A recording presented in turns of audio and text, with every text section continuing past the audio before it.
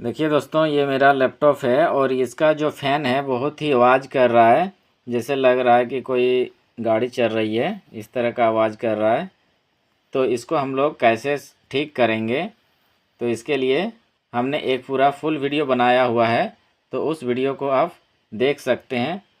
आप देखिए इसके आवाज़ को, किस तरह का आवाज़ आ रहा है, इसके आवाज़ को आप सुन सकते हैं।